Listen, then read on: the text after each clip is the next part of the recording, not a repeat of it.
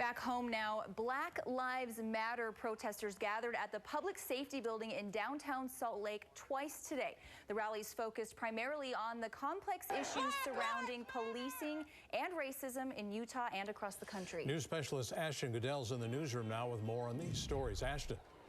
Well, Keith and Ashley, several hundred people showed up to the protest with signs that read "No justice, no peace, don't shoot me, I'm black," and of course, Black Lives Matter. The protesters said they don't support the actions of the shooter in Dallas and said that's the wrong way to go about change, but they say it has pushed the conversation. When our community is under attack, what do? Stand up, fight back! The people who make up this line are all here for different reasons. No justice! No peace!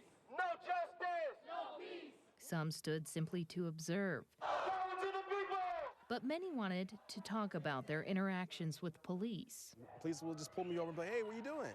I'm like, "I'm walking." "Where to?" "Home." "Where's home?" And just ask me all these questions. "Can I see my ID?" And just that presence right there, just feeling like, and I feel like I have to give them that ID, even though people are like, "No, you don't." But I'm like, you don't understand. If I don't give them that ID, if I don't tell them I'm safe, I might get shot that day. Many demonstrators shared similar stories about racial profiling here in Utah. Protester Jessica Lee says she fears for her 14-year-old son every time he goes out. I want him to be proud of who he is and unafraid, but that in this world might get him killed. Black Lives Matter! The protesters spilled out onto 400 South, blocking traffic and alienating one cement truck driver who started spraying them with a hose. The crowd was mostly like-minded, but one former LA police officer stood among them, asking individuals to take a different approach. Will you listen? We can work together and solve these problems in a positive way. And we can heal America.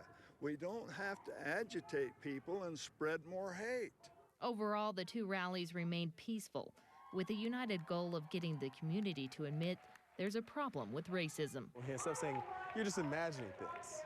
So I imagined that guy got shot, and he was on the ground, nothing happening. I imagined this, I also put 2 bullets in his head. I just imagined that. No, there was a reason for that aggression. Black Lives Matter. We should all just come together as one and just stop whatever's going on.